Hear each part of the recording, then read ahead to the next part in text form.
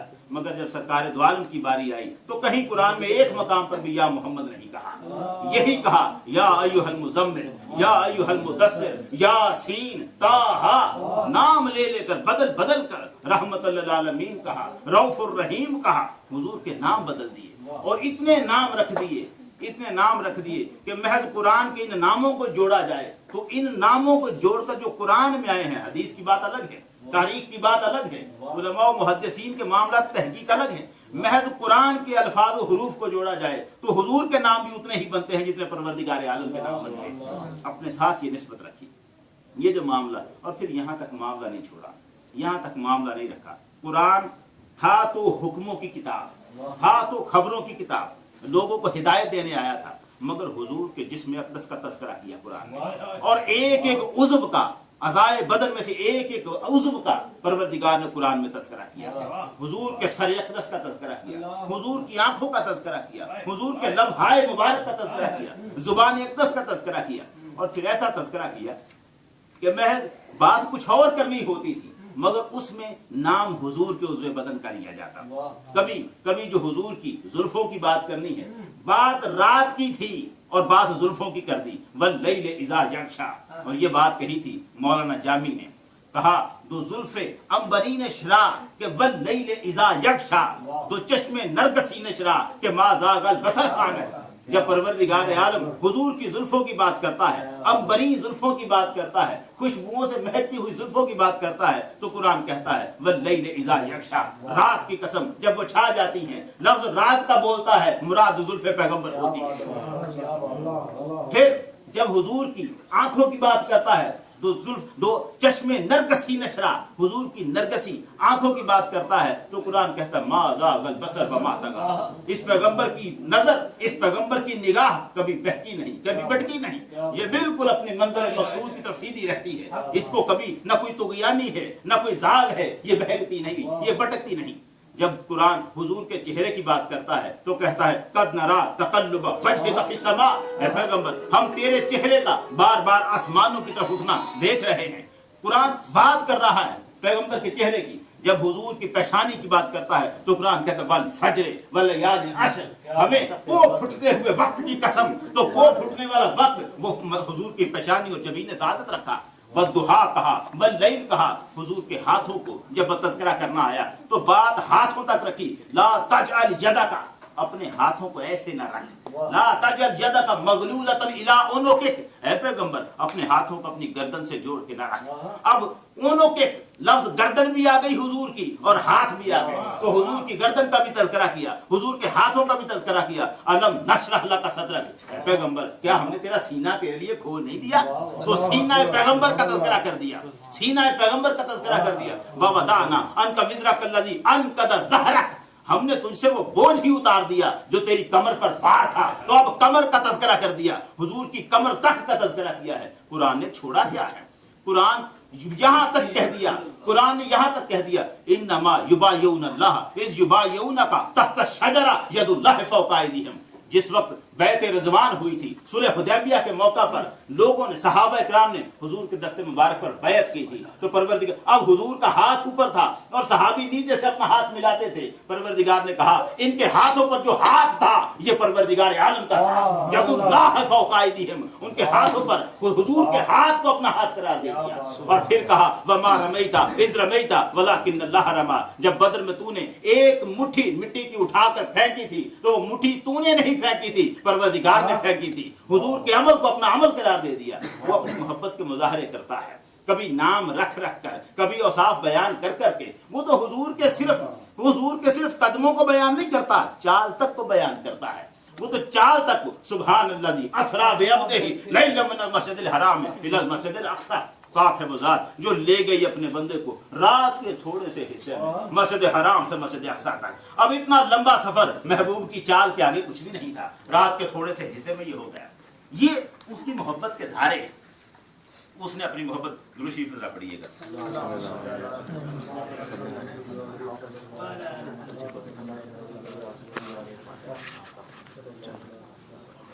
پروردگار عالم نے حضور سید عالم صلی اللہ علیہ وسلم سے اپنی محبت کے بے پناہ طریقے، بے پناہ انداز اختیار کیے. میں نے 4 چیزوں کا نام لیا تھا کہ 4 بڑے کام اس محبت کی بنیاد پر پروردگار نے کیے. خلقت کائنات پہلا کام ہے، اگرچہ کہ میرا مقصود اس بزم میں ان 4 کاموں کی وضاحت نہیں ہے، مگر یہ کام تھوڑا سا میں اس کو ٹچ کرتا چلوں. یہ جو خلقت کائنات ہے کہ کائنات بنائی فقط اس لیے ہے کہ حضور کا عرفان دینا ہے دنیا کو، حضور کی ولادت مقصود ہے پروردگار عالم کو، اس لیے کائنات کو بنایا. یہ بات علامہ اقبال نے بھی کہی. علامہ اقبال ایک پڑھے لکھے اور ایسے عالم ہیں ہمارے جنہوں نے اپنی ساری تعلیم باہر کی دنیا سے حاصل کی، اور وہاں رہ کر بھی جو رنگ حاصل کیا ہے وہ رنگ محمدی ان کی ذات سے نکلا نہیں ہے. وہ کہتے ہیں ہو نہ یہ پھول تو بلبل کا ترنم بھی نہ ہو، چمن دہر میں کلیوں کا تبسم بھی نہ ہو، یہ نہ ساقی ہو تو پھر میں بھی نہ ہو، خم بھی نہ ہو، بزم توحید بھی دنیا میں نہ ہو، تم بھی نہ ہو. خیمہ افلاک کا استادہ اسی نام سے ہے، نبض ہستی تپش مادہ اسی نام سے ہے. یہ نام ہے فقط جس پر یہ کائنات چل رہی ہے. مولانا ظفر علی خان کہتے ہیں گر ارض و سما کی محفل میں لو لا کا لما کا شور نہ ہو، یہ رنگ نہ ہو گلزاروں میں، یہ نور نہ ہو سیاروں میں. اس کائنات میں جو ستارے جگمگا رہے ہیں اور جو گلزاروں میں رنگ ہیں فقط اس لیے ہیں کہ حضور نے آنا تھا. اگر حضور نے آنا نہ ہوتا نہ کائنات کے ستاروں کو چمک ملتی، نہ ان پھولوں کو اپنی مہک ملتی. یہ سارا کچھ حضور کے آنے کا صدقہ تھا. حضور کا، اور یہ بات حدیث میں آئی ہے، پروردگار عالم نے جو ارشاد فرمایا لقد خلقت الدنیا واهلها لأعرفهم کرامتک ومنزلتک عندی لولا محمد ما خلقت الدنیا. فرمان جاری کیا میں نے اس کائنات کو، اس دنیا کو اور اس میں رہنے والے سب لوگوں کو فقط اس لیے پیدا کیا انہیں بتاؤں محمد کا میرے نزدیک مقام کیا ہے، محمد کا میرے نزدیک مرتبہ کیا ہے. اگر میں نے محمد کو پیدا نہ کرنا ہوتا میں دنیا کو پیدا ہی نہ کرتا. عیسیٰ علیہ السلام کو وحی کی جا رہی ہے، بات حضرت عیسیٰ علیہ السلام سے کی جا رہی ہے، اور کہا کیا جا رہا ہے یا عیسیٰ آمن بمحمد، عیسیٰ محمد پر ایمان لاؤ. وَأْمُرْ مَنْ أَدْرَكَهُ مِنْ أُمَّتِكَ، اور اپنی امت کو حکم دے دے کہ تیرا کوئی بھی امتی جو حضور کے زمانے کو پالے، جو یؤمنوا بہ، وہ حضور پر ایمان لائے. فلولا محمد ما خلقت آدم، اگر میں نے محمد کو پیدا نہ کرنا ہوتا میں آدم کو پیدا نہ کرتا. ولولا محمد ما خلقت الجنہ ولا النار، اگر میں نے محمد کو پیدا نہ کرنا ہوتا نہ جنت کو پیدا کرتا نہ دوزخ کو پیدا کرتا، کچھ بھی پیدا نہ کرتا. یہ خلقت ہے. یہ ہے پہلا کام جس پر حضور کی ولادت پر کہ آپ نے تشریف لانی تھی، اس مقصد کے سامنے رکھتے ہوئے پھر کائنات کو تخلیق کیا ہے. دوسرا جو بڑا کام کیا ہے وہ ہے شہادت.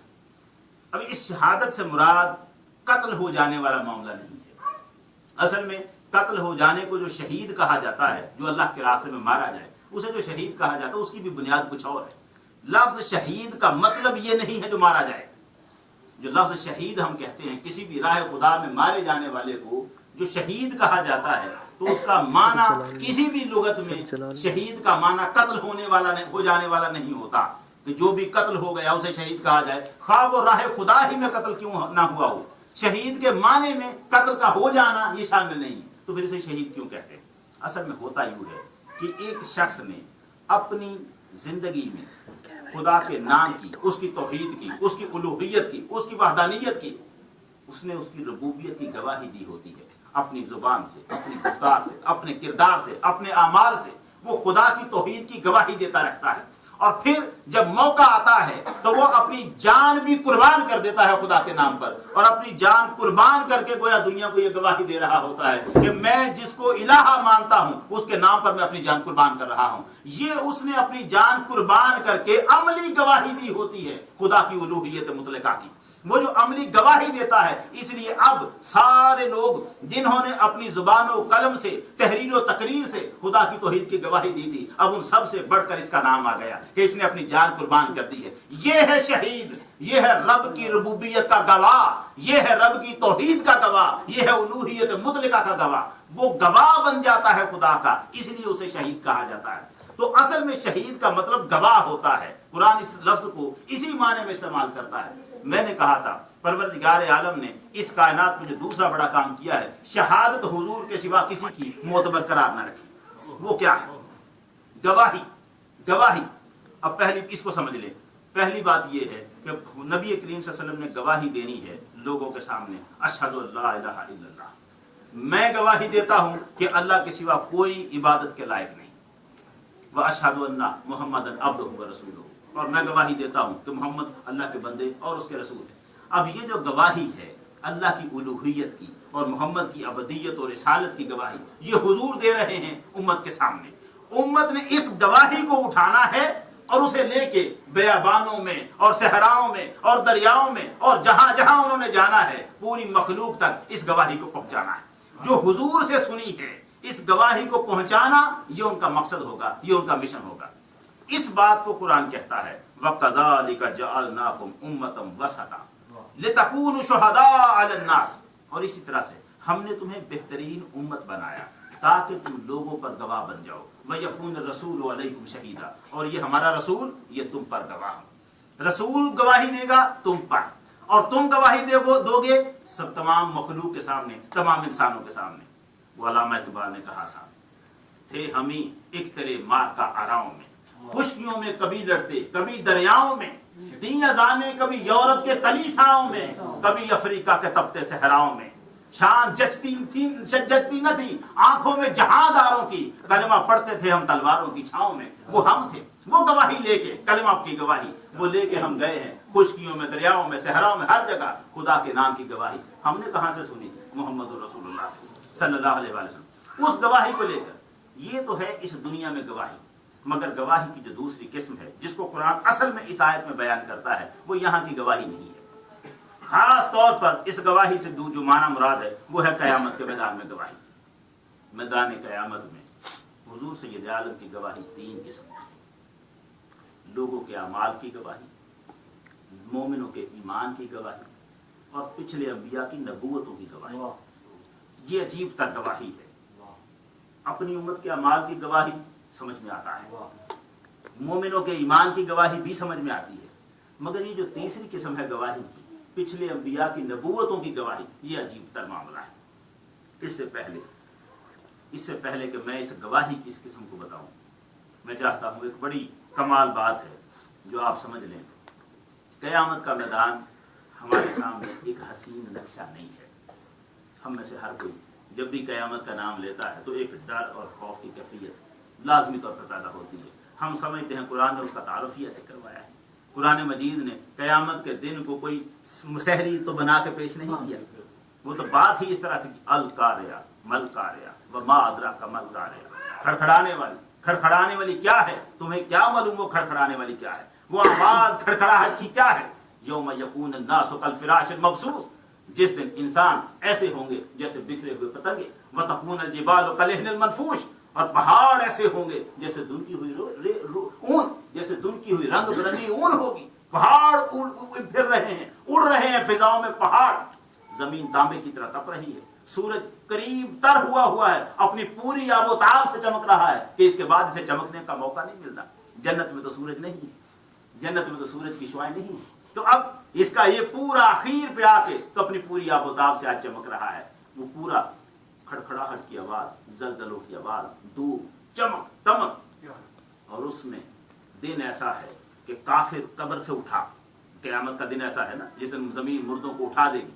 کافر جو ساری زندگی عذاب میں مبتلا تھا، جب سے مرا تھا، صدیاں گزر گئی، جب سے مرا تھا عذاب میں مبتلا تھا. اب جب قیامت کے میدان میں قبر سے اٹھا، نکلا، دیکھا منظر سامنے کا، آنکھیں ملی، کہا من بعثنا من مرقدنا، ہم تو سو رہے تھے آرام گاہوں میں، کس نے اٹھا دیا؟ ہمیں جو اٹھا کے کھڑا کر دیا ہے کس نے؟ قیامت کا منظر دیکھ کے بھول جائے گا کہ میں کبھی عذاب میں بھی تھا.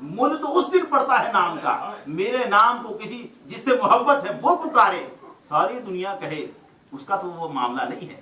جس زبان سے نام سننا چاہتا ہے بندہ، جب وہاں سے نام آئے، خدا کی طرف سے نام آ رہا ہے، یا نوح بلایا گیا، نوح علیہ السلام حاضر ہوئے، لبیک و سعدیک، کیا تم نے، سوال ہوتا ہے نوح علیہ السلام سے، کیا تم نے میرا پیغام اس امت تک پہنچایا تھا؟ نوح علیہ السلام عرض کرتے پروردگار پہنچایا تھا، میں نے تیرا پیغام جو تیری توحید کا، تیری الوہیت کا، وحدانیت کا پیغام تھا، میں نے لوگوں تک پہنچایا تھا۔ پروردگار لوگوں سے پوچھتا ہے، امت سے، کیا نوح نے تم تک میرا پیغام پہنچایا تھا؟ یہ بخاری شریف کی حدیث پیش کر رہا ہوں، کیا میرا پیغام تم تک پہنچایا تھا؟ امت کہتی ہے، پروردگار ما اتانا من نذیر، ہمارے پاس تو کوئی نہیں آیا ہمیں ڈرانے والا، ہمیں تو تیرا پیغام سنانے والا کوئی آیا ہی نہیں۔ محشر کے میدان میں امت مکر گئی۔ اس سے بڑا تاریخی جھوٹ دنیا انسانیت میں اس سے بڑا جھوٹ نہیں ہو سکتا۔